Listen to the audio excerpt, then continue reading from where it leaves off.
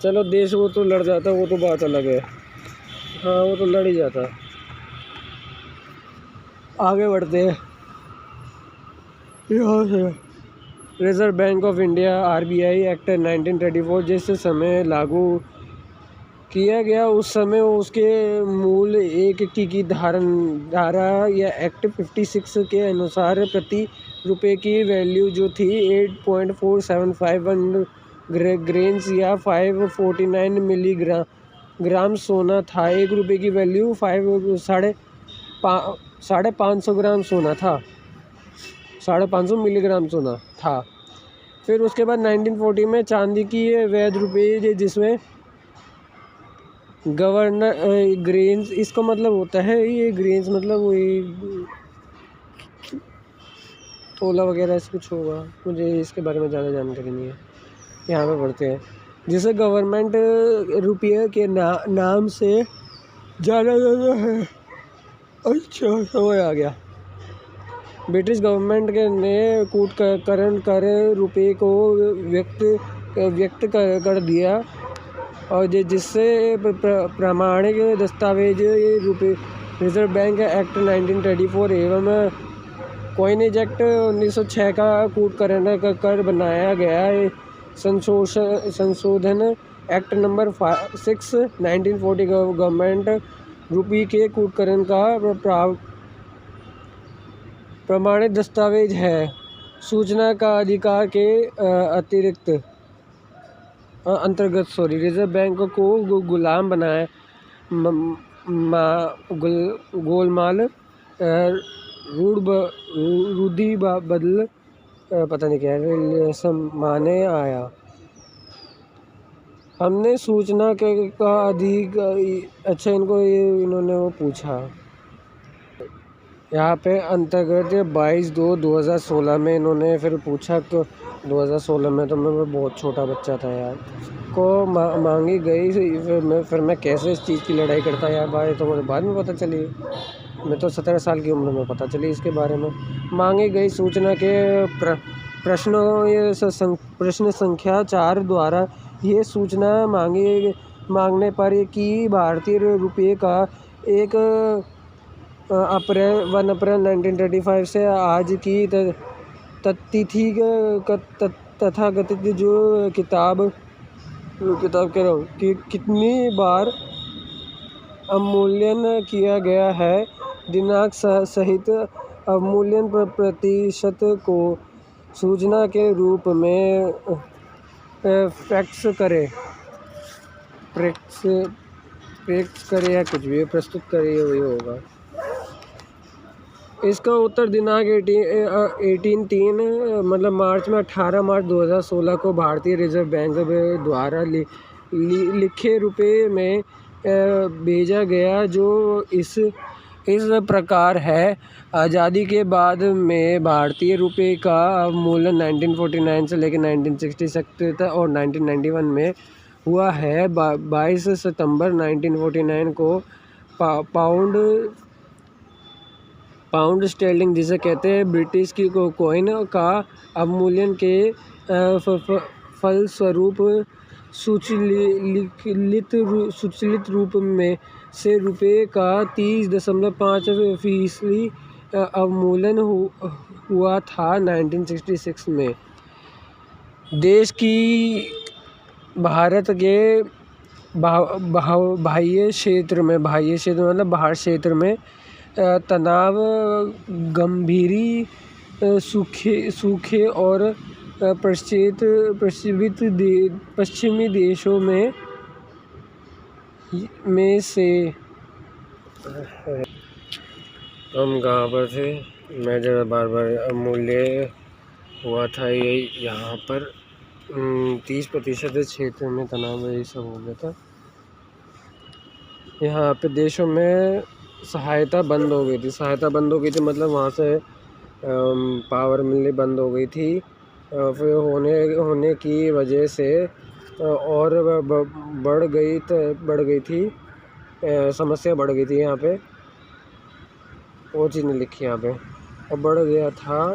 इसके कारण 6 जून अच्छा 6 जून 1967 में रुपए का 36.5% अवमूल्यन या फिर डिवैल्यूएशन किया गया था।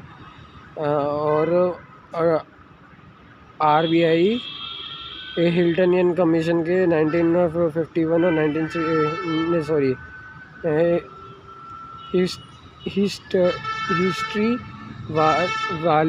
हिस्ट्री वॉल्यूम 1951 1968 तक बड़े बस्ता का घाटे में खड़ी युद्धि के कारण अंतर्राष्ट्रीय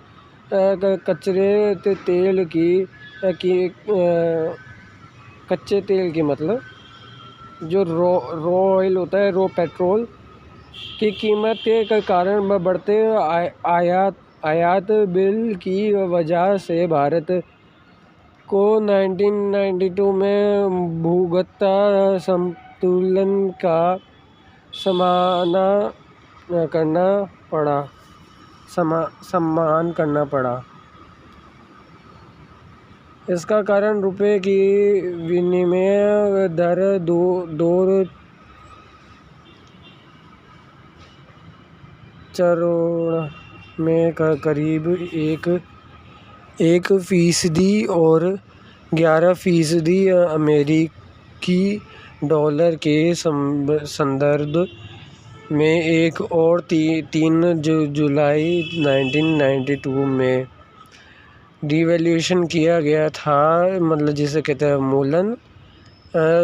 स्रोतों से ये पता चलता है कि जो मुद्रा है और वित्तीय 2001 से लेकर 2002 तक जब मेरी बहन का जन्म हुआ था, पर रिपोर्ट और RBI रिपोर्ट दी गई थी RBI के जरिए। उसका शायद दस्तावेज मेरे पास है या नहीं, मुझे देखना पड़ेगा। शायद मुझे लगता है कि है मेरे पास दस्तावेज इसकी इसी उत्तर के संबंधित से सूचना का अधिनियम अधिकार अधिनियम के अंतर्गत दिनांक 2016 में 5/13 को मांगी गई सूचना के प्रश्न संख्या 5 एवं 6 के द्वारा यह सूचना मांगी गई कि भारतीय रुपये का पाउंड स्टर्लिंग के आपस में क्या संबंध है, जिससे 22 सितंबर 1949 को पाउंड स्टर्लिंग की अवमूल्यन के फलस्वरूप रूप का 30.5% अवमूल्यन या स्वचालित रूप में से हुआ था। इससे सूचना के रूप में प्रश्न करे या फिर जो कुछ भी है स्पष्ट करे, ऐसे कुछ लिखना चाहिए था, जिसका उत्तर रिजर्व बैंक द्वारा दिनांक 30/5/2016 को भेजा गया, जो इस प्रकार है। इसका मैं बताऊँ तो यहाँ पर इसको मिला 2016 को, जिससे कि भारतीय रिजर्व बैंक के बुलेटिन या फिर अंग्रेजी शब्द को हिंदी में लिखा है, बहुत गलत है। नवंबर 1949 के उल्लेख है कि भारत सरकार के अंतर्राष्ट्रीय मुद्रा कोष, इसमें मुद्रा कोष लिखा है कि समिति के 20 सितंबर 1949 को रुपये का अवमूल्यन डिवैल्यूएशन स्टर्लिंग के मूल्य के बराबर करने के घोषणा थी। मतलब इनको एक तरह से आदेश दिया गया था कि स्टर्लिंग के बराबर डिवैल्यूएट किया जाए। जो स्टर्लिंग जो है वो पता नहीं इन्होंने कैसे किया, क्यों किया ऐसा, ये तो यही बता रहे कि आदेश आया था, घोषणा थी।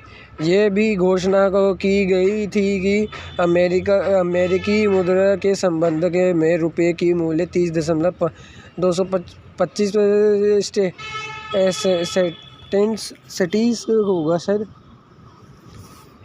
सेटिस पे परिवारित होकर 21 सेंटेंस होगा और सोने के संदर्भ में रुपये की तुलना से में शुद्ध स्वर्ण का मूल्य 0 ये वगैरह वगैरह से प्रावर्तित होकर 0.1 वगैरह वगैरह वगैरह ग्राम्स होगा तथा रुपया और पाउंड स्टर्लिंग की विनिमय पर उपलब्ध रहेगी। इसका मतलब ये है कि भाई ये स्टर्लिंग और उसमें क्या डिफरेंस है, ये चीज़ मुझे पता नहीं थी कि इस तरह से इन्होंने किया है। अच्छा मैंने ये किताब खरीद ली। इस तरह से रुपये का कूट करते करते रुपये की सन 1919 तक प्रति रुपये की 0.1 करके ग्राम सोने की हिसाब था। उससे सन 1991 में ख़त्म करने रुपये को बाजार के हवाले कर दिया गया है। यह गवर्नमेंट रुपये सोने से लगभग शून्य है। ये तो पावर ही नहीं बची।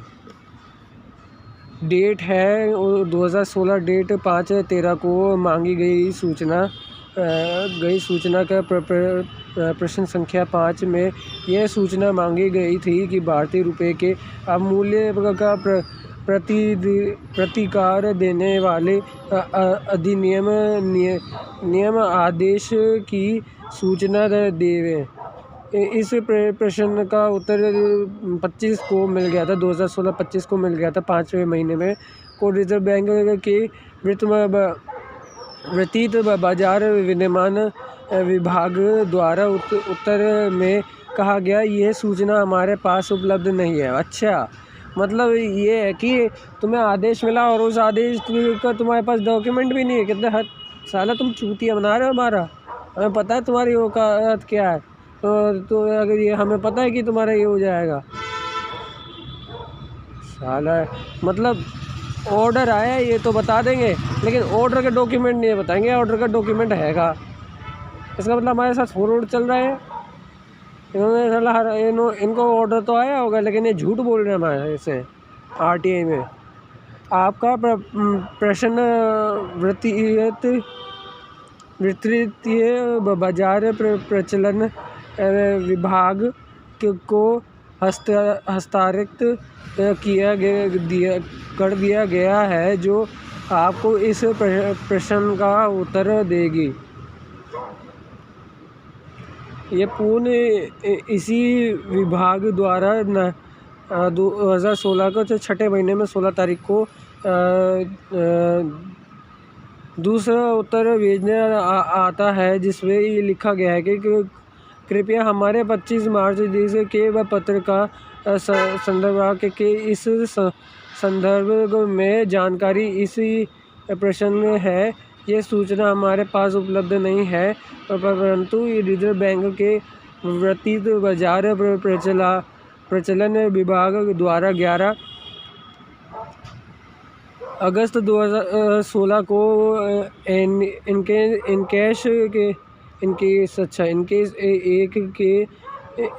के अनुसार सूचना के उत्तर में लिखा गया कि ये प्रावधान भारतीय रिजर्व बैंक अधिनियम 1934 के अंतर्गत दिया गया है। अच्छा,